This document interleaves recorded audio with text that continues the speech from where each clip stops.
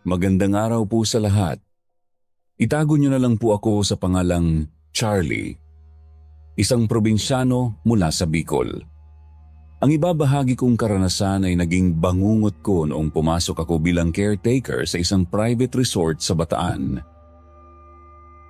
Tago ang resort na ito at malayo sa kabahayan. Bagamat medyo kilala sa social media, madalang ang nagre-renta rito. Napapaligiran ito ng makapal na katahimikan at 2 bakanting bahay.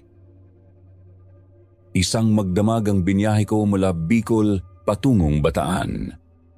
Pagdating ko sa bayan, dinala muna ako sa isang meat shop na pagmamay-ari rin ng aking amo. Doon ko nakilala si Gio, ang trabahador na maghahatid sa akin sa resort gamit ang isang kulong-kulong o tricycle. Habang nasa daan, nagkwento si Gio na dating caretaker din doon. Masarap ang buhay mo dyan, Charlie. Kaso, nakakakilabot pag gabi. Babala niya. Sinabi niyang may kakatok at kakatok sa maliit na bintana ng gate kapag sumapit ang dilim. Wag na wag mong bubuksan at wag mo ring tatanungin kung sino ang nasa labas. Dahil akala ko ay nananakot lang siya. Hindi ko ito sineryoso. Maganda at malawak ang resort. Sa bungad ay may maliit na bar. May malawak na basketball court at isang swimming pool na may lalim na 7 feet. Sa likod naman ay may mga kubong cottage at bilyaran. May sarili ring kubo ang may-ari na si Kuya Paul kung saan ito nagpapahinga tuwing gabi bago umuwi. Noong unang araw ko, nakakwentuhan ko ang kapatid ng may-ari na si Kuya Loloy. Biro niya sa akin habang tumatawa, "Huwag kang mag-alala kung mag-isa ka rito, Charlie. May makakasama kang chicks na nakaputi." Natawa lang din ako. Pero napansin ko ang isang kubo sa likod na napakadilim at tila may kakaibang bigat ang paligid. Doon sa bar ng resort, ako nakatalagang matulog. Naging maayos ang mga unang araw ko. Ngunit nagbago ang lahat noong sumapit ang gabi ng Biyernes. Nagising ako sa kakaibang tunog ng tumatalbog na bola mula sa labas ng bar. Pagkasunod nito ay ang tunog ng gumugulong na bagay. Sumilip ako sa bintana na nakaharap sa court at swimming pool. Doon ko nakita ang isang babaeng nakaupo sa dulo ng pool. Nakasuot siya ng pulang damit, ngunit ang buong katawan niya ay balot ng napakaitim na anyo. Wala siyang mukha. Ikinakaway-kaway niya ang kanyang mga paa sa hangin. Animoy nagtatampisaw sa pool kahit wala naman itong tubig. Tumingin ako sa oras.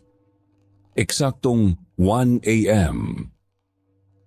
Pagbalik ng tingin ko sa pool, laking gulat ko nang makitang papalapit na siya sa direksyon ng bar. Sa matinding takot, nagtalukbong ako ng kumot. Biglang kumalampag ng malakas ang pinto ng bar na parang may pilit na gustong pumasok. Hindi ako gumalaw hanggang sa tumigil ang ingay. Pagkalipas ng ilang araw, dumating si Kuya Paul kasama ang 2 babae, kabilang ang asawa ni Kuya Loloy na si Ate Gail. Nagiinuman sila sa may court habang ako naman ay nasa katabing kubo lang at naglalaro ng Mobile Legends. Biglang nagsalita si Ate Gail. "Oy Paul, may bisita yata iyang tao mong si Charlie.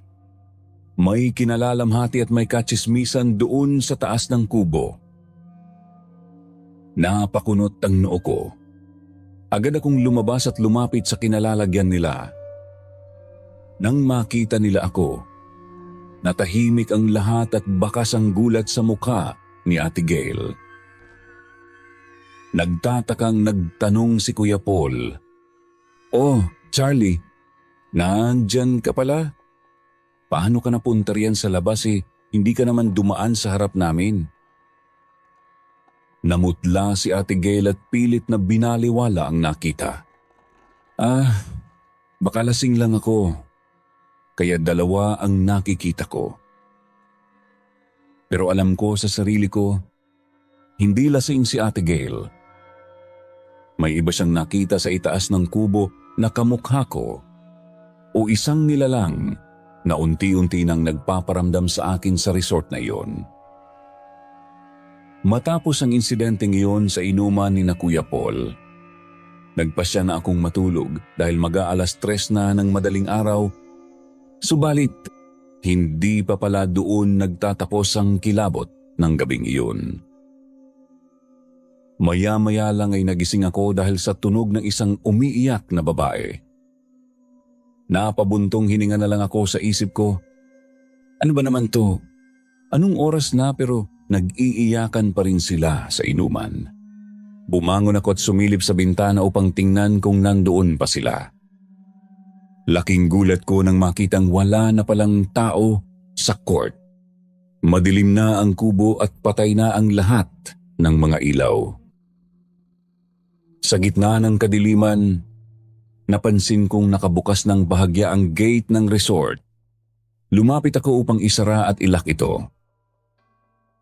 Habang pabalik ako, muling umalingaw-ngaw ang hagulgol ng babae. Sa pagkakataong ito, sigurado na ako kung saan nanggagaling ang tunog. Mula sa loob ng CR na nakalaan para sa mga customer. Dahan-dahan akong lumapit sa pinto. Ate Gail, ikaw ba yan? Tanong ko. Walang sumagot.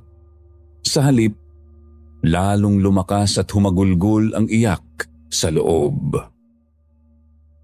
Sinubukan ko uling magsalita para sawayin siya. Ate Gail, di ba may sarili naman kayong banyo sa kubo nyo? Kakalinis ko lang po kasi rito Hindi po kasi pinapagamit ni Kuya Paul itong CR na to dahil may darating tayong customer bukas. Pagkatapos kong sabihin iyon, biglang huminto ang iyak. Nabalot ng nakabibinging katahimikan ang paligid. Kasabay niyon, biglang bumukas ng sabay-sabay at malalakas ang lahat ng pinto ng mga cubicle sa loob ng CR. Halos maihi ako sa aking kinatatayuan sa tindi ng takot. Napipi ako at parang nawalan ng boses. Ang aking mga tuhod ay nanghina at nangatog nang makita ko ang nasa loob. Nandoon na naman ang babaeng maitim na nakasuot ng pulang dress. Wala siyang mukha. At ang mas nakakakilabot, unti-unti siyang gumagapang ng mabilis papalapit sa kinaroroonan ko. Wala na akong ibang naisip kundi ang kaligtasan ko. Kumaripas ako ng takbo palabas ng CR nang hindi lumingon sa likod. Lumipas ang ilang araw. May dumating na mga customer na interesadong magrenta sa resort. 3 babae at 1 lalaki. Habang naglilibot sila para tingnan ang lugar, biglang umalingaw-ngaw ang isang matinis na sigaw mula sa isa sa mga babae.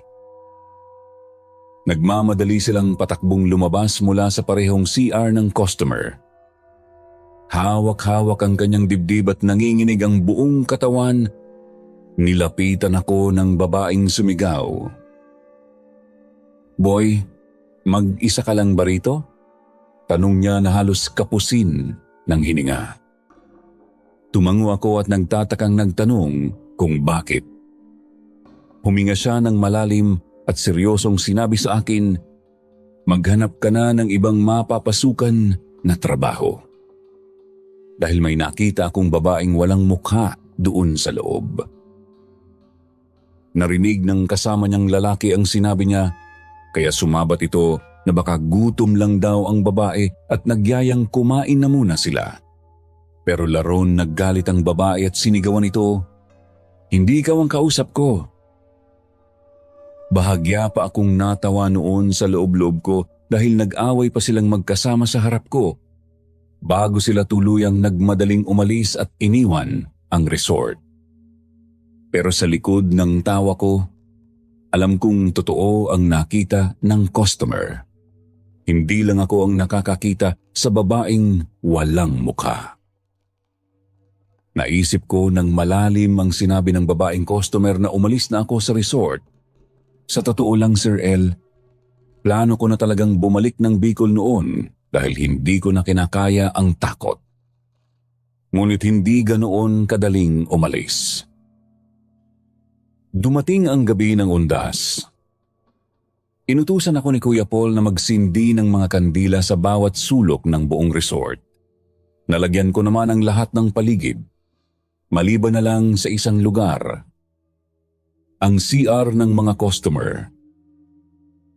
Hindi ko kayang lumapit doon dahil mayat maya ang malalakas na kalampagan mula sa loob na tila ba may nagwawala sa mga pinto. Maniwala po kayo sa hindi, ultimo ang lalaki sa katabing bahay ay narinig ang ingay. Sumigaw ang kapitbahay at sinabing, "Ano ba yan?" Doon lang biglang huminto ang kalampagan. Kasabay ng pagtahimik ng paligid ay ang biglang paglamig ng hangin. Sa isang kurap, sabay-sabay na namatay ang lahat ng kandilang sinindihan ko sa buong resort, kahit wala namang umihihip na malakas na hangin. Nang dumating si Kuya Paul, napagalitan pa ako dahil nakita niyang madilim ang bahagi ng CR. Ipinaliwanag ko ang nangyari at ang tungkol sa mga nagpaparamdam sa resort, ngunit tinawanan niya lang ako. "Baka nakainom ka lang, Charlie," sabi niya. Doon ko na nilakasan ang loob ko. Nagpaalam ako kay Kuya Paul na uuwi na ako ng Bicol para bisitahin ang mga yumao kong kapamilya. Pero hindi niya ako pinayagan.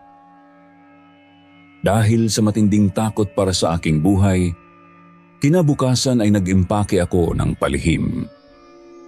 Hindi na ako nagpaalam muli. Bitbit ang aking mga gamit. Naglakad ako ng mabilis patungo sa malaking gate ng resort. Ngunit bago pa ako tuluyang makahakbang palabas, bigla akong natigilan. Isang malamig at mabigat na kamay ang biglang humawak at sumunggab sa aking braso. Naramdaman ko ang puwersa nito na tila ba may pilit na humihila sa akin pabalik sa kadiliman ng resort. Alam ko at ramdam ng buong pagkatao ko na ang babaeng walang mukha ang humahawak sa aking braso. Sa takot ko, pinalad akong makawala sa kanyang pagkakahawak. Hindi ako lumingon. Tumakbo ako ng tumakbo hanggang sa makasayod sa biyahe pabalik ng Bicol. Ligtas na akong nakauwi sa aming probinsya nang mag-chat sa akin si Kuya Paul. Sabi niya, bumalik na raw ako at magsama pa ng isang kasama para dalawa na kaming caretaker doon. Natawa na lang ako sa isip ko. Hinding-hindi na ako babalik doon. Makalipas ang ilang araw, si Ate Gail naman ang nag-chat sa akin. Doon ko nalaman ang totoong sitwasyon.